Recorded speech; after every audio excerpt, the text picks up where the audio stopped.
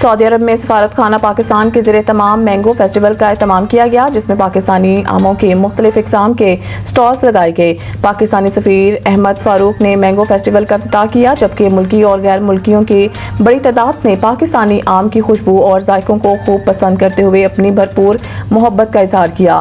مزید دیکھتے ہیں ریاض سے عابد شمون چاند کی یہ رپورٹ۔ سعودی عرب کے دارالحکومت ریاض میں پھلوں کے بادشاہ آم کی خوشبو چاروں طرف پھیل گئی۔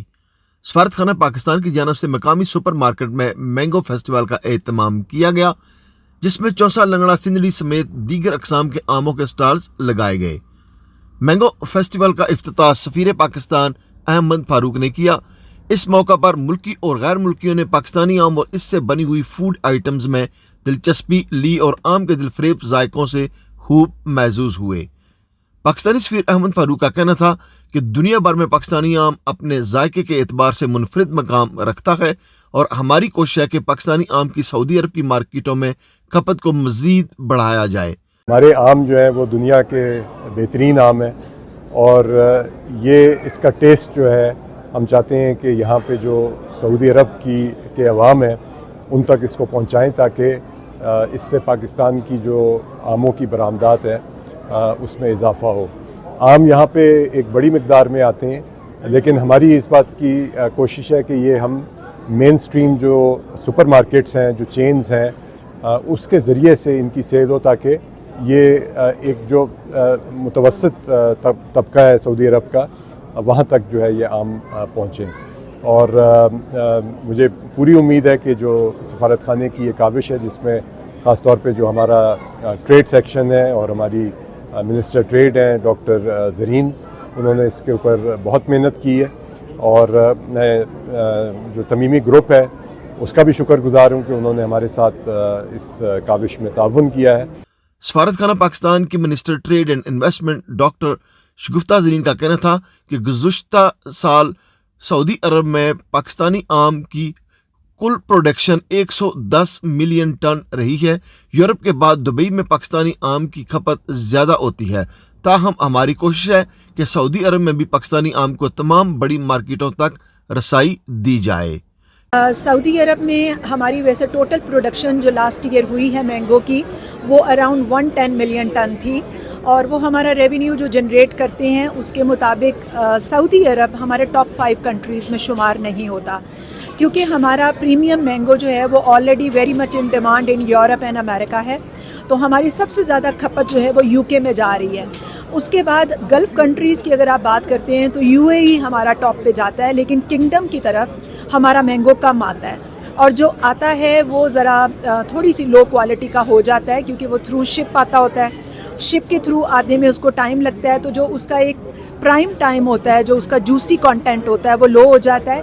تو لوگوں تک ابھی تک یہ اویئرنیس نہیں پہنچی کہ پاکستان کتنے شاندار مینگوز پروڈیوس کرتا ہے۔ تو موسمی چونسا پہلی دفعہ ریاض کی کسی بھی سپر مارکیٹ میں انٹروڈیوس ہوا ہے، بلکہ ریاض کیا کنگڈم کی کسی بھی سپر مارکیٹ میں پہلی دفعہ ہمارا موسمی چونسا رکھا گیا ہے۔ اس کے لیے میں تمیمی کی بہت شکر گزار ہوں، انہوں نے مجھ سے بہت کوآپریٹ کیا اور اپنی مارکیٹ جو سب سے بزی مارکیٹ تھی وہاں ہمارا مینگو رکھا ہے۔ کیمرہ ٹیم کے ساتھ عابد شمون چاند، چیف رپورٹر پکی خبر، جدہ، سعودی عرب۔ سعودی عرب کے ساحلی شہر جدہ میں پاکستان کرکٹ لیگ کا شاندار افتتاح کر دیا گیا۔ کونسل جنرل خالد مجید نے باؤلنگ، جبکہ لیجنڈری کرکٹر جاوید میاں-دات نے شاٹ کھیل کر ٹورنامنٹ کا افتتاح کیا۔ نمائشی میچ میں پاکستان کونسل خان نے جدہ کی ٹیم نے پاکستان جرنلسٹ 11 کو شکست دے کر نمائشی میچ اپنے نام کر لیا۔ مزید دیکھتے ہیں جدہ سے عابد شمون چاند کی رپورٹ۔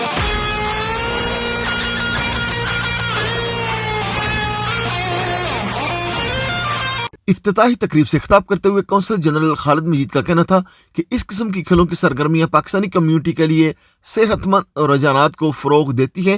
خالد مجید نے مزید کہا کہ جاوید میاں-دات کی شرکت اس لیگ کے لیے باعث فخر ہے، اور یہ لیگ نہ صرف ایک ایونٹ ہے بلکہ یہ سعودی عرب میں موجود پاکستانی کمیونٹی کے اتحاد، جوش و جذبے اور حب الوطنی کی عکاس ہے۔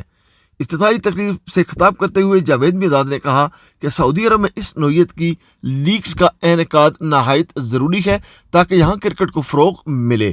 انہوں نے تجویز دی کہ آئندہ ایسی لیگز میں پاکستان سے بھی کم از کم ایک کھلاڑی کو ضرور شامل کیا جائے تاکہ یہاں کے کھلاڑیوں کو تجربہ حاصل ہو اور معیار میں بہتری آئے۔ ان کو مبارکباد پیش کر دوں گا تو ان کی ان کاوشوں سے ایک چھوٹا سا پودا یہاں لگ رہا ہے۔ مجھے پورا یقین ہے کہ تھوڑا سا جاوید بھائی جیسے اگر لیجنڈ ساتھ شامل ہوتے رہے تو انشاءاللہ یہ ایک دن سرور اسے یوئی میں۔ کیمرہ ٹیم کے ساتھ عابد شمول چاند، چیف رپورٹر پکی خبر، ریاض، سعودی عرب۔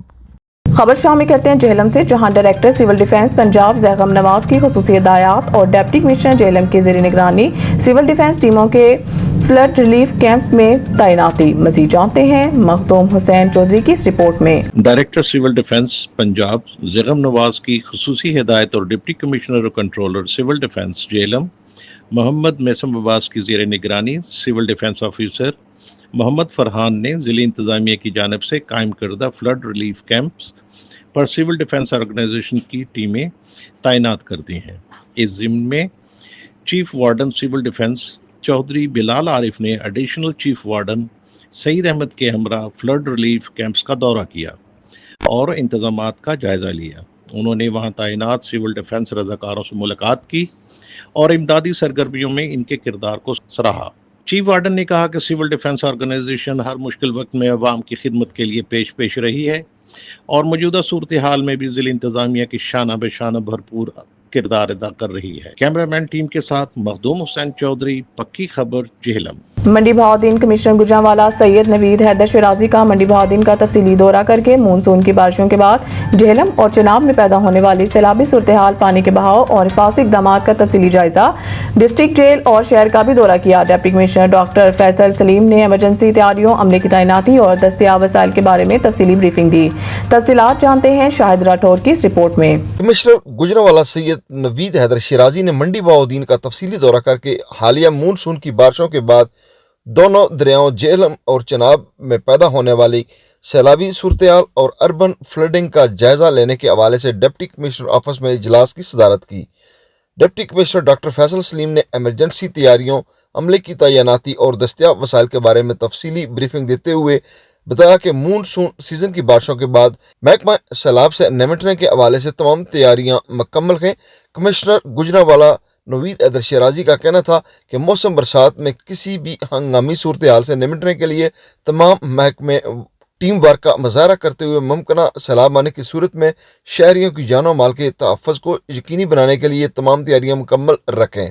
متوقع سیلابی صورتحال کے پیش نظر تمام حفاظتی اقدامات، boating points, transportation, relief camps کے قیام، کھانا، میڈیسن، جانوروں کے چارے اور دیگر انتظامات میں کسی قسم کی کوئی کمی بیشی نہیں ہونی چاہیے۔ انہوں نے تینوں تحصیلوں کے اسسٹنٹ کمشنرز کو فلڈ ریلیف کیمپوں کا دورہ کر کے ادویات، بجلی کی فراہمی، کھانے پینے کی اشیاء، صاف پانی کی فراہمی کی ہدایت کی۔ کمشنر گجرانوالہ نے تمام محکمہ جات کو ایک دوسرے سے رابطہ رکھنے سمیت مشنری کے چالو حالت میں ہونے دریائی بندوں، ڈرینیج نالوں کی صفائی، فلڈ ریلیف آلات کی ضروری مرمت کی ہدایات بھی جاری کی۔ کمشنر گجرانوالہ نوید حیدر شیرازی نے نئی تعمیر ہونے والی سبزی منڈی و غلہ منڈی، ڈسٹرکٹ جیل، سٹی، شہر اور یونیورسٹی آف رسول کا بھی دورہ کیا اور ضروری ہدایات جاری کی۔ کیمرہ ٹیم کے ساتھ شاہد راٹھور، پکی خبر، منڈی بہاؤدین۔ جہلم پولیس کے بہادر جوان گاؤں پنڈی سید پور تحصیل پنڈ دادن خان ضلع جہلم کے رہائشی کانسٹیبل حیدر علی حسین، جو کہ تھانہ چوٹالہ کے علاقہ میں سیلاب متاثرین کی مدد کرتے ہوئے پہاڑی سیلابی پانی میں بہہ کر جام شہادت نوش کر گئے تھے، کہ نماز جنازہ تمام پولیس اعزاز کی ادا کر دی گئی۔ مزید جانتے ہیں مخدوم حسین چودھری کی اس رپورٹ میں۔ جہلم پولیس کے بہادر جوان گاؤں پنڈی سید پور تحصیل پنڈ دادن خان ضلع جہلم کی رہائشی کانسٹیبل حیدر علی حسین، جو کہ تھانہ چوٹالہ کے علاقے میں سیلاب متاثرین کی مدد کرتے ہوئے پہاڑی سیلابی پانی کی نظر ہو گئے تھے، جس کے باعث وہ جام شہادت نوش کر گئے۔ بہادر جوان گزشتہ روز شدید سیلابی صورتحال میں متاثرہ افراد کو ریسکیو کرتے ہوئے جام شہادت نوش کر گئے۔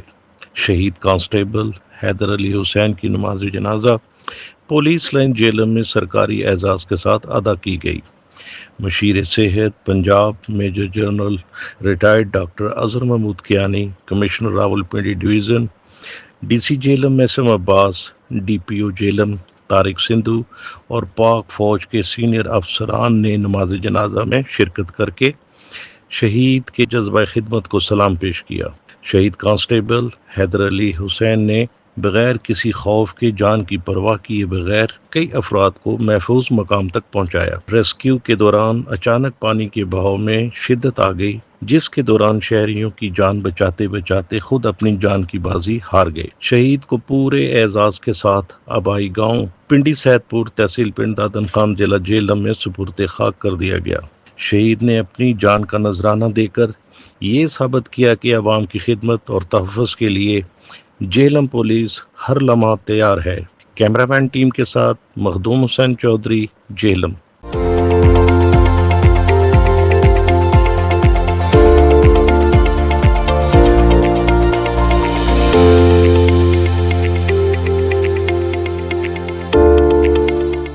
دریائے سندھ میں چشمہ کے مقام پر اونچے درجے کے سیلاب کا خدشہ۔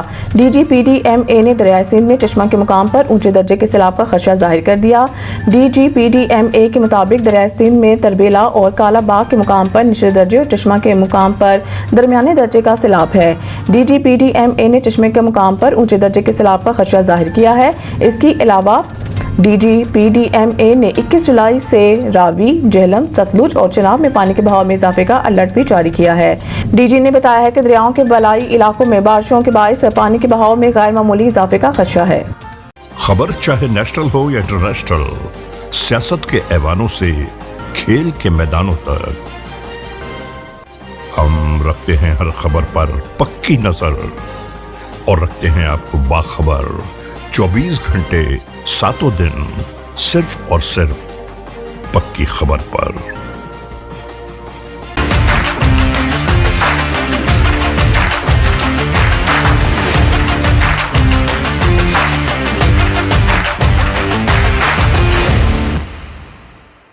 پاکستان کے محمد آصف نے بھارتی حریف کو زیر کر کے world master snooker championship جیت لی۔ پاکستان سنوکر کے کنگ محمد آصف نے I B S F world master snooker championship کے فائنل میں بھارتی حریف کو شکست دے کر ایک اور ورلڈ ٹائٹل جیت لیا۔ بحرین میں ہونے والے I B S F world master snooker championship کے فائنل میں محمد آصف نے بھارت کے برجیش دامانی کو 4-3 سے شکست دی۔ ورلڈ ماسٹرز کے فائنل میں پاک بھارت مقابلہ انتہائی سنسنی خیز ثابت ہوا۔ محمد آصف اور برجیش دامانی کا ہر فریم میں آخر تک بھرپور مقابلہ رہا۔ آصف کی 2 فریمز کی برتری کے بعد برجیش دامانی نے مسلسل 3 فریمز جیتے۔ آصف نے 2-3 کے خسارے سے کم بیک کر کے مقابلہ برابر کیا اور پھر فیصلہ کن فریم جیتا۔ مزید نیوز اپڈیٹ کے لیے دیکھتے رہے پکی خبر۔